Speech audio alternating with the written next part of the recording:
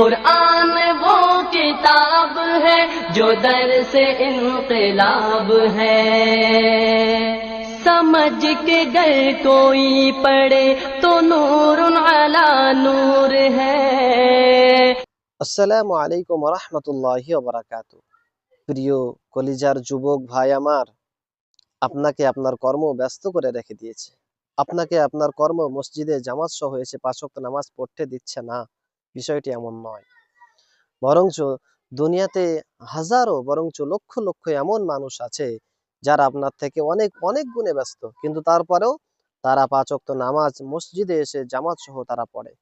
বিষয়টা কোথায়? বিষয়টা হলো এই যে আপনার ওই চেহারাটাকে আপনার কৃতকর্মের কারণে, আপনার কাজের কারণে আল্লাহ তাআলা তার ঘরে দেখতে পছন্দ করছেন না। আল্লাহ তাআলা আপনার চেহারাটাকে দেখতে ভালো লাগছে না আল্লাহ তাআলাকে। সেজন্য সেই পবিত্র ঘরে যাওয়ার তৌফিক আল্লাহ দিচ্ছেন না। এটাই হচ্ছে বিষয়। যদি বলেন কেমন করে? ছোট্ট একটা এক্সাম্পল দিলে ভালো বুঝতে পারবেন।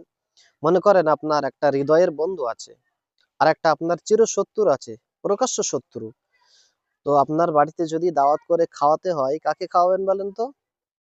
ওই ব্যক্তিকেই আপনি দাওয়াত করবেন যার সঙ্গে আপনার একটা হৃদয়ের সম্পর্ক আছে, একটা ভালোবাসা আছে, একটা মহাব্বত আছে, তাকেই আপনি দাওয়াত করে খাওয়াবেন।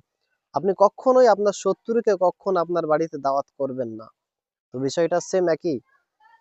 যার মনের ভিতরে, যার অন্তরের ভিতরে আল্লাহ এবং রসুলের মহাব্বত আছে, ভালোবাসা আছে, যার সঙ্গে আল্লাহ তাআলার একটা কানেক্টিভিটি আছে, যার হৃদয়ের সঙ্গে হুজুর আকরাম সাল্লাল্লাহু আলাইহি সাল্লামের মহাব্বত ভালোবাসা আছে, আল্লাহ তাআলার সেই মহাব্বত ভালোবাসা আছে, আল্লাহ তাআলা তাদেরকেই সেই আল্লাহ তাআলার ঘরে আসতে তৌফিক দেবেন। তাদেরকে দেখলে আল্লাহ তাআলার ভালো লাগবে, সেই চেহারাগুলো দেখতে ভালো লাগবে। সেজন্যই আল্লাহ তাআলা সেই মুমিন বান্দাদেরকে যাওয়ার তৌফিক দিয়ে থাকেন। পক্ষান্তরে আপনার সঙ্গে সেই টান নেই, সেই মহাব্বত ভালোবাসা নেই, সেজন্য আল্লাহ তাআলা তানার পবিত্র ঘরে আপনাকে আসার তৌফিক দিচ্ছেন না। সেজন্য আসুন আমরা আমাদের কার্যগুলোকে পরিবর্তন করার চেষ্টা করি, আমরা আমাদের অন্তরগুলিকে পরিবর্তন করি।